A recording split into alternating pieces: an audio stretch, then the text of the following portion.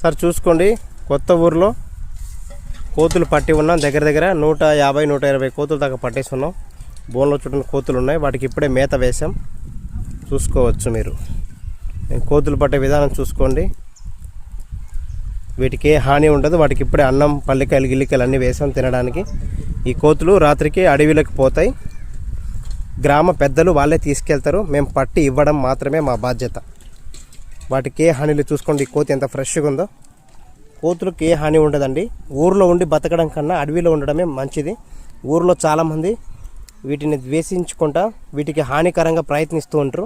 అడవికి వెళ్ళడంలో వీటికి ఏ హాని ఉండదు. అడవిలో దీనికి చాలా రకమైన ఫుడ్లు దొరుకుతాయి కాబట్టి తింటాయి. ఫుడ్లు అంటే వేర్లు తింటాయండి, ఆకులు తింటాయి, కీటకాలు తింటాయి, అన్నీ తింటాయి కోతులు అనేవి. వాటికి కావాల్సిన ఆహారం అవే ఏర్పరచుకుంటాయి. చూసుకోవచ్చు. ఈ కోతులు అడవికి వెళ్తాయి.